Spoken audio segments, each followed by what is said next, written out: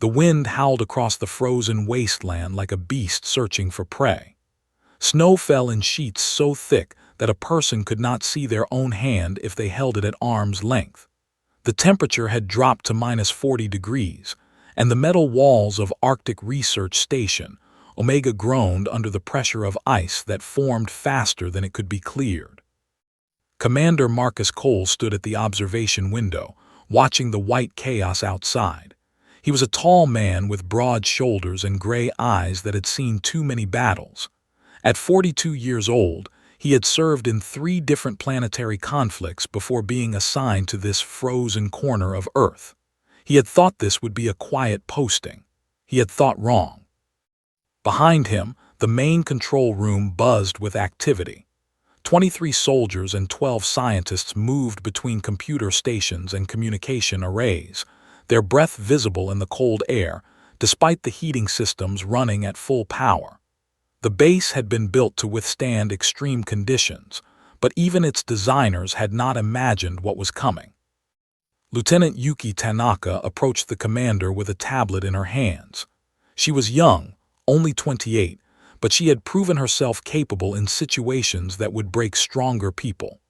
Her black hair was pulled back in a tight bun, and her dark eyes held a mixture of concern and determination. "Commander, the long-range sensors have confirmed it," she said, her voice steady despite the fear that everyone in the room felt. "The Vorthak fleet has entered Earth's atmosphere. They bypassed our orbital defenses completely. We don't know how."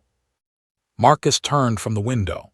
The Vorthak were a species that humanity had encountered only 6 months ago, during the expansion into the outer rim of their solar system. The first contact had been peaceful, or so everyone had believed. The aliens had seemed curious about humans, studying them from a distance.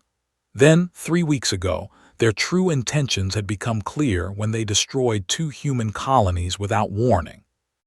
"How many ships?" Marcus asked. 17 confirmed, sir, but they're not heading for the major cities. They're coming here." This news surprised no one in the room. Arctic Station Omega was officially a research facility studying climate change and geological formations. In reality, it housed something far more valuable. Deep beneath the ice, in chambers carved into the bedrock itself, lay the prototype for humanity's first faster-than-light communication array. If completed, it would allow instant contact with any human settlement in the galaxy. If the Vorthak destroyed it, humanity would be isolated, easy to pick off one colony at a time. "Time until arrival?" Marcus asked. 4 hours, maybe 5. The storm is slowing them down. Their ships are having trouble with the atmospheric conditions. Sergeant Victor Petrov laughed from his station near the weapons console. He was a massive man, nearly 2 meters tall, with hands that could crush stone and a heart that never knew fear. He had been born in Siberia and had spent his childhood in conditions that would kill most people. "They don't like our weather," he said, his Russian accent thick. "Good, let them freeze before they even get here." Dr. Elena Foster, the lead scientist at the station, joined the group. She was 55 years old, with silver hair and hands that shook slightly from years of detailed work. But her mind was sharp as ever, and she understood both the science and the stakes better than anyone. "The communication array is 80% complete," she said. "We need at least 48 hours to finish it and send a signal to the fleet at Neptune Station. If we can do that, reinforcements will come." Marcus did the math in his head. 48 hours. They had maybe 5 before the enemy arrived. That meant holding this base for at least 2 days against an unknown number of alien soldiers who had already proven they could destroy entire colonies. "Then we hold," he said simply. The words hung in the air, and everyone understood what they meant. This was not a battle they were expected to win. This was a battle they had to fight anyway. Over the next 4 hours, the base transformed. Soldiers who had been trained for combat on alien worlds now used their skills to prepare defenses in the frozen hell outside their doors. They set charges along the approach routes, buried under snow that would hide them from scanners. They positioned automated turrets at key points, programming them to fire on any heat signature that didn't match human patterns. Private First Class Maria Santos worked alongside Corporal James Chen, laying down barbed wire in trenches they had dug with plasma cutters and raw determination. Maria was only 23, the youngest soldier at the station. She had joined the military to pay for her mother's medical treatments back in Brazil. She had never imagined she would be defending humanity's future in a place colder than anything she had ever experienced. "My fingers are going numb," she said through chattering teeth. "Keep moving them," James replied. He was 31, a veteran of the Mars uprising who had seen friends die in the red dust of that distant world. "The moment you stop, the cold wins, and we don't let anything win today." Inside the base, Dr. Foster and her team worked with desperate speed. The communication array was a complex piece of technology, requiring precise calibrations that normally took weeks. They had hours. Every scientist knew that mistakes at this stage could set them back days they didn't have. So they worked slowly despite the urgency, checking each connection twice, testing each circuit before moving on. Young technician David Park, barely 25, found himself performing calculations he had only studied in theoretical classes. Beside him, Dr. Foster guided his hands, her voice calm and encouraging even as the clock ticked toward disaster. "You're doing fine, David," she said. "Just like in the simulations. The math doesn't care that there are aliens coming. The math stays the same." It was a strange comfort, but it worked. David's hands steadied, and he continued his work. In the armory, Sergeant Petrov handed out weapons to everyone who could hold one. Even the scientists received basic training in the next hour, learning how to fire and reload the standard-issue plasma rifles. Some of them looked terrified. Others looked determined. All of them understood that when the enemy came, everyone would need to fight. Commander Cole walked through the base, speaking to each person individually. He had learned long ago that soldiers didn't fight for flags or governments. They fought for each other. So he made sure each person knew that their commander saw them, valued them, and would stand beside them when the time came. He found Private Santos in the cafeteria, drinking hot coffee to fight the cold that had settled into her bones despite the multiple layers of thermal clothing. "Scared?" he asked, sitting across from her. She nodded, not ashamed to admit it. "Yes, sir." "Good," he said. "Fear keeps you sharp. It's the ones who aren't afraid that I worry about. They make stupid mistakes." "Have you ever fought the Vorthak before, sir?" "No, but I've fought enemies who wanted to destroy everything I cared about. The species doesn't matter. What matters is that we have something worth protecting, and we have people willing to protect it." Maria looked at him, this man who had seen so much death and destruction, yet still found reasons to keep fighting. She straightened in her seat. "I won't let you down, sir." "I know you won't." The first sign of the enemy came not from the sensors but from the sound. A deep humming that cut through even the howling wind, a vibration that could be felt in the walls and floor of the base. Everyone stopped what they were doing and looked up, as if they could see through the metal ceiling to the ships descending through the storm.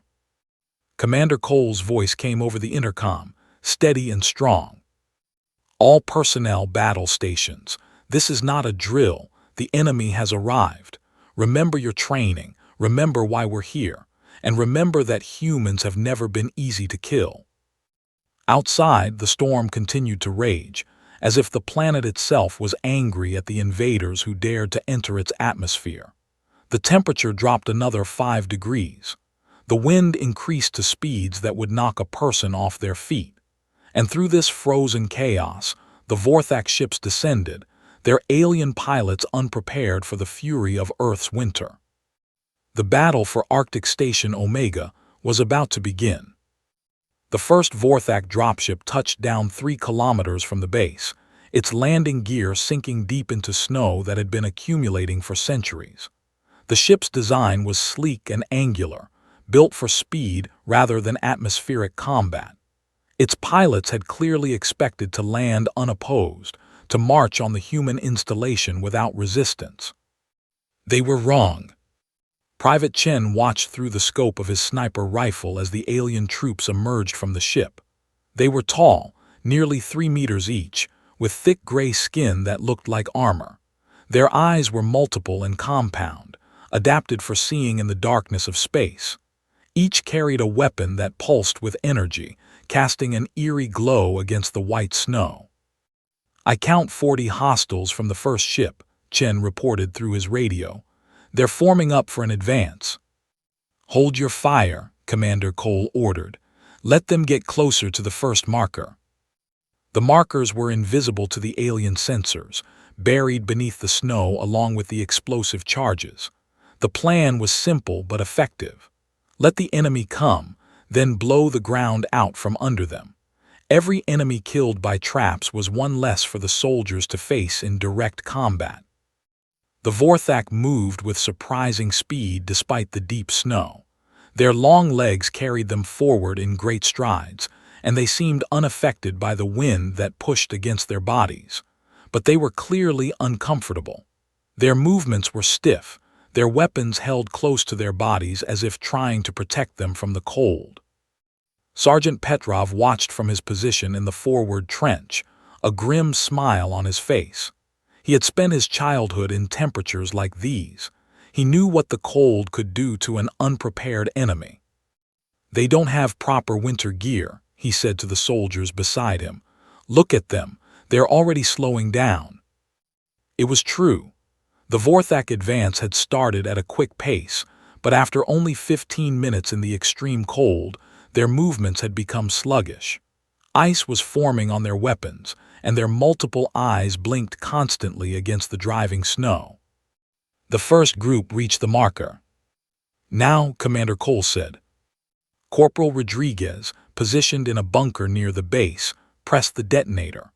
The snow erupted in a massive explosion, sending aliens flying in all directions. The blast was followed immediately by the roar of automated turrets, which sprayed plasma fire into the confused survivors. 12 Vorthak died in the first 5 seconds. But more ships were landing, and more troops were emerging. The initial success was only the beginning of a much longer fight. Lieutenant Tanaka coordinated the defense from the control room, watching multiple screens that showed feeds from cameras positioned throughout the perimeter. She directed fire, called out enemy positions, and kept track of ammunition supplies that were already beginning to run low. "Second wave approaching from the north," she announced. "Approximately 60 hostiles." "Petrov, shift your team to support the northern approach," Commander Cole ordered. The massive sergeant moved immediately, leading his squad through trenches that connected the defensive positions. They arrived just as the second wave reached the outer defenses, and the battle became a desperate close-quarters fight. Plasma fire lit up the storm, creating strange shadows against the falling snow. The sound of explosions mixed with the wind to create a noise that seemed to shake the very ice beneath their feet. And through it all, the human soldiers fought with a fury that surprised even themselves. Private Santos found herself face to face with a Vorthak warrior who had broken through the forward line. The alien towered over her, its weapon raised to strike. For a moment, fear threatened to freeze her more completely than the cold ever could. Then she remembered Commander Cole's words, "Fear keeps you sharp." She dropped to one knee, avoiding the energy blast that would have taken her head off, and fired upward into the alien's chest. The creature screamed, a sound like metal scraping against metal, and collapsed into the snow. Maria didn't wait to confirm the kill. She was already moving to the next target. Inside the base, Dr. Foster worked through the chaos. The walls shook with each explosion, and dust fell from the ceiling onto her delicate equipment. But she never stopped, never hesitated. The communication array was now 85% complete, and every moment of progress brought hope closer. Young David Park had proven himself invaluable. his quick mind finding solutions to problems that would have stumped older scientists. When a power surge threatened to fry an entire section of the array, he rerouted the energy through backup systems with a speed that amazed everyone watching. "How did you know to do that?" Dr. Foster asked. "I didn't," David admitted. "I just tried something and hoped it would work." It was the human way, she realized. When faced with impossible situations, humans didn't give up. They tried things, they made guesses, they hoped, and sometimes, against all odds, they succeeded. The first night fell, and with it came temperatures that dropped below -50. The Vorthak assault paused as even their alien physiology couldn't handle the extreme cold. They retreated to their ships, leaving their dead behind in the snow. Commander Cole used the respite to assess the situation. They had lost 4 soldiers in the initial fighting, good people, whose names he would remember for the rest of his life. Another 7 were wounded, though none critically. Their ammunition was down to 60%, and the enemy still had over 200 troops ready to continue the assault. "We can't survive another attack like that," Lieutenant Tanaka said quietly, so the others wouldn't hear. "Then we make sure the next attack costs them more than they can afford," Marcus replied. "These aliens expected an easy victory. They expected humans to break. But we don't break. We bend, we adapt, and we keep fighting." The night passed slowly, with soldiers taking turns resting while others watched the perimeter. The storm continued without pause, as if nature itself had decided to join the defense. And somewhere deep beneath the ice, the communication array continued to grow toward completion. By morning, Dr. Foster announced that they had reached 90%. Another 12 hours would see it finished. 12 hours, it seemed like an eternity. The second day's assault began at dawn, though the storm was so thick that dawn was only a slightly lighter shade of gray. The Vorthak had learned from their first attack. They came in smaller groups, moving between cover, using their energy weapons to suppress the human defenders while other teams advanced. But the humans had learned too. They had repositioned their turrets during the night, creating crossfire zones that the aliens hadn't anticipated. They had laid new traps, including some improvised from spare equipment that had never been designed for combat. Sergeant Petrov had attached explosive charges to remote-controlled drones, turning them into flying bombs that could be guided into groups of enemy soldiers. The first drone strike killed 8 Vorthak and sent the rest scrambling for cover. The battle raged throughout the day, with neither side gaining a clear advantage.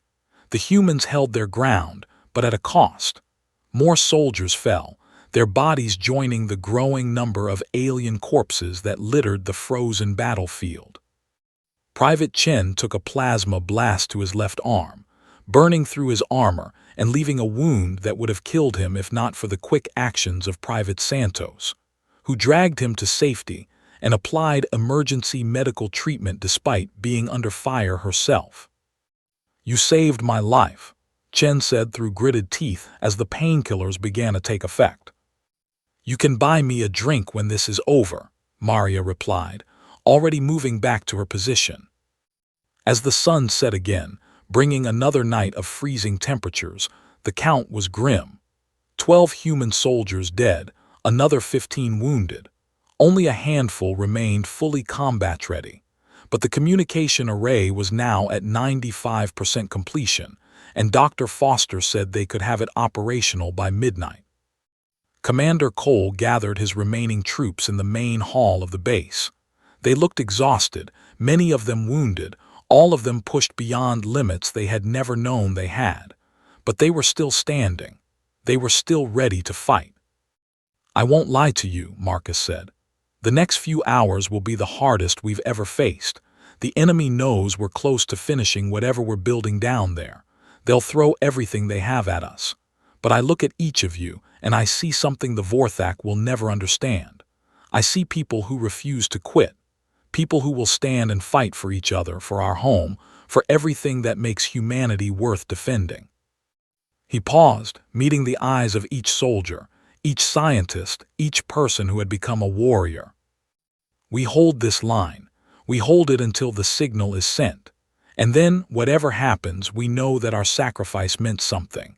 That the people we love, the colonies we've built, the future we're fighting for will survive. There were no cheers, no grand displays of emotion. Just nods of understanding and a quiet determination that seemed to fill the room with warmth despite the cold outside. Dr. Foster stepped forward. "We're almost there, just give us a few more hours." "You'll have them," Commander Cole promised. Outside, the Vorthak were preparing their final assault. Their leaders had realized that the humans were protecting something important, something that could not be allowed to be completed. Every remaining soldier was being armed and briefed. This would be an all-or-nothing attack, designed to overwhelm the defenders through sheer numbers. The storm, as if sensing the coming battle, increased in intensity. Wind speeds rose to levels that made standing outside nearly impossible. Snow fell so thick that visibility dropped to nearly zero. The temperature plummeted to -60, cold enough to freeze exposed flesh in seconds. It was into this frozen hell that both sides prepared to fight their final battle. The end was coming, one way or another. The midnight hour approached with a violence that seemed to mirror the storm raging outside. The Vorthak had launched their final assault, sending every available soldier against the thinly defended human positions. The sound of plasma fire and explosions created a constant roar that never stopped, punctuated by the screams of the wounded and dying on both sides. Commander Cole stood at the northern trench, plasma rifle in hand, firing into the endless waves of gray-skinned aliens that emerged from the snow like ghosts. Beside him, Sergeant Petrov wielded a weapon in each hand, his massive frame a barrier that the enemy could not pass. "They just keep coming," Petrov shouted over the noise. "Then we keep shooting," Cole replied. The defensive line was collapsing. Too many soldiers had fallen, and those who remained were being pushed back toward the base itself. The automated turrets had run out of ammunition or been destroyed by enemy fire. The traps had all been triggered. Now it was just humans against aliens, flesh and will against superior numbers. Private Santos led a small group of defenders in a desperate counterattack that pushed the enemy back for precious minutes. She moved with a speed and ferocity that surprised even herself, cutting through alien ranks with precise shots that never missed. When her rifle overheated, she picked up a fallen enemy weapon and kept fighting. Lieutenant Tanaka had abandoned the control room to join the defense, her usually calm demeanor replaced by fierce determination. She organized the remaining soldiers into fighting groups, coordinating their efforts to create overlapping fields of fire that slowed the enemy advance. But it wasn't enough. Nothing seemed to be enough. The Vorthak broke through the outer defenses and began to push toward the main entrance of the base. Commander Cole ordered a fighting retreat, pulling his people back into the corridors where the narrow spaces would work against the larger aliens. "How much longer?" he shouted into his radio. Dr. Foster's voice came back, strained but hopeful. 98%. We just need a few more minutes." Minutes they might not have. The fighting in the corridors was brutal and close. The alien size became a disadvantage in the tight spaces, but their numbers still pressed the defenders backward. Soldiers fell, rising again if they could, fighting on even with wounds that should have killed them. Corporal Chen, his arm bandaged and barely functional, positioned himself at a junction that the enemy would have to pass. He knew he couldn't fight effectively, but he could do something else. In his good hand, he held a detonator connected to explosives packed into the walls around him. "Chen, fall back," Commander Cole ordered. "Negative, sir. Someone has to slow them down. You get the array finished." The Vorthak reached the junction. Chen waited until they filled the corridor, waited until there was no chance of missing. "For Earth," he said and pressed the button. The explosion collapsed an entire section of the base. burying Chen and at least 30 Vorthak under tons of ice and metal. It bought the defenders the time they needed to reorganize, to form a new defensive line closer to the array chamber. Commander Cole felt the loss like a physical blow, but there was no time for grief. There would be time later if they survived. The fighting continued, but now it was focused on a single corridor leading to the deep chambers where Dr. Foster worked. The remaining soldiers formed a wall of flesh and fire that the aliens could not pass, no matter how many they threw against it. Sergeant Petrov took 3 plasma shots to his chest and kept fighting. Private Santos was hit in the leg but refused to be carried away, instead propping herself against a wall and continuing to fire. Lieutenant Tanaka coordinated the defense with blood running down her face from a wound she barely noticed. And through it all, Commander Cole stood at the front, a symbol of human defiance that inspired everyone who saw him. He had been hit twice, once in the shoulder and once in the side, but he moved as if unhurt, as if nothing the enemy did could stop him. "You want our planet," he shouted at the advancing aliens. "Come and take it." The Vorthak commander, a massive being even larger than the others, pushed to the front of the assault. It carried a weapon that glowed with deadly energy, and its eyes focused on Cole with obvious hatred. "You humans are stubborn," it said, its voice a grinding sound that was somehow translated through the universal device all soldiers carried. "But stubbornness is not strength. You will fall." "Maybe," Cole replied, raising his rifle, "but not today." The 2 leaders fired at the same moment. The alien's shot went wide, thrown off by the wound Petrov had just inflicted on its arm.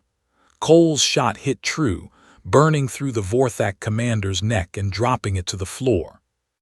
The loss of their leader caused the aliens to hesitate, just for a moment. But a moment was all the humans needed. A voice came over the radio, the sweetest sound anyone in that corridor had ever heard. "The array is active," Dr. Foster announced. "Signal sent. Repeat, signal sent. Neptune Station has acknowledged. Reinforcements are on the way." A cheer went up from the defenders, weak and exhausted but genuine. They had done it. Against all odds, they had held long enough. But the battle wasn't over yet. The remaining Vorthak, enraged by the death of their commander and sensing that something had gone wrong with their plans, launched a final desperate attack. They threw themselves against the human line with no regard for their own survival. The next hour was the bloodiest of the entire battle. Soldiers who had already given more than seemed possible gave even more. Wounds that should have been fatal were ignored. Weapons that ran out of ammunition were used as clubs, and slowly, inch by inch, the aliens were pushed back. The arrival of the reinforcements was announced not by radio but by sound. The deep boom of heavy weapons fire from outside, the distinctive whine of human attack ships cutting through the storm. The cavalry had arrived. Colonel Sarah Davis, commanding the reinforcement fleet from Neptune Station, had made the journey in record time. Her ships had pushed their engines beyond safe limits, burning through fuel reserves that would take months to replace. But she had understood the importance of the situation, and she had refused to let the defenders of Arctic Station, Omega, fight alone. The Vorthak fleet, caught between the ground defenses and the incoming human ships, tried to retreat. They didn't get far. The combination of the storm they had never adapted to and the firepower of human warships cut them apart in minutes. On the ground, the remaining alien soldiers were quickly overwhelmed. Some tried to surrender, but in the chaos of battle, few such offers were accepted. By the time the sun rose again, painting the blood-stained snow in shades of pink and gold, the battle was over. Commander Cole stood in the middle of the battlefield, surrounded by the bodies of friends and enemies alike. He was barely standing, his wounds finally catching up with him now that the fighting had stopped. But he was alive, and the base was secure. Colonel Davis found him there, staring at the carnage with eyes that had seen too much death. "You did the impossible," she said. You held against odds that should have killed everyone here. We're human, Cole replied, his voice barely above a whisper. We don't know how to give up. The aftermath of the battle took weeks to fully process. The dead were counted and mourned. The wounded were treated, many of them requiring evacuation to better medical facilities. The base itself was partially rebuilt, its damaged sections sealed off until proper repairs could be made. Of the 23 soldiers who had defended Arctic Station Omega, 11 had survived. Of the 12 scientists, 10 remained. Every survivor bore scars, both physical and mental, that would never fully heal. But they had one. Dr. Foster's communication array proved to be even more valuable than expected. Its signal had not only brought reinforcements to Earth, but had alerted every human colony in the galaxy to the Vorthak threat. Within months, a coordinated defense network was established that made any future invasion far more difficult. Private Santos was promoted and decorated for her bravery. She used the reward money to pay off her mother's medical bills and returned to active duty with a new determination. She had discovered something about herself in that frozen hell, a strength she hadn't known she possessed. Sergeant Petrov recovered from his wounds and was assigned to train the next generation of soldiers in Arctic warfare. His lessons always emphasized the same point. The cold is not your enemy. It is a weapon if you know how to use it. Lieutenant Tanaka was promoted to commander of the rebuilt station, overseeing its expansion into a major defense installation. She never forgot the people who had given their lives under her watch, keeping their pictures in her office as a constant reminder. And Commander Cole retired from active duty, finally allowing his body to heal from decades of damage. But he didn't leave the fight entirely. He became an advisor, helping to prepare humanity for the challenges that lay ahead among the stars. The Vorthak, having seen what a handful of humans could do against overwhelming odds, never attacked Earth again. The story of the Arctic Station spread through the galaxy, becoming legend among both humans and aliens. It was a reminder that Earth's children were not to be underestimated. Generations later, when historians looked back at the turning points in human history, the Battle of Arctic Station Omega stood alongside the greatest. It was there that humanity proved something vital. In the cold and dark, facing enemies who should have destroyed them, humans had found a way to survive. They had taken the frost and turned it into a fortress. And they had reminded the universe that humanity was not going anywhere. The inscription on the memorial built at the site said it simply, "Here they stood, here they held. Here humanity proved that the stars themselves could not extinguish our light." It was, perhaps, the most human statement that could be made. And in that frozen place where so many had given their lives, it was enough.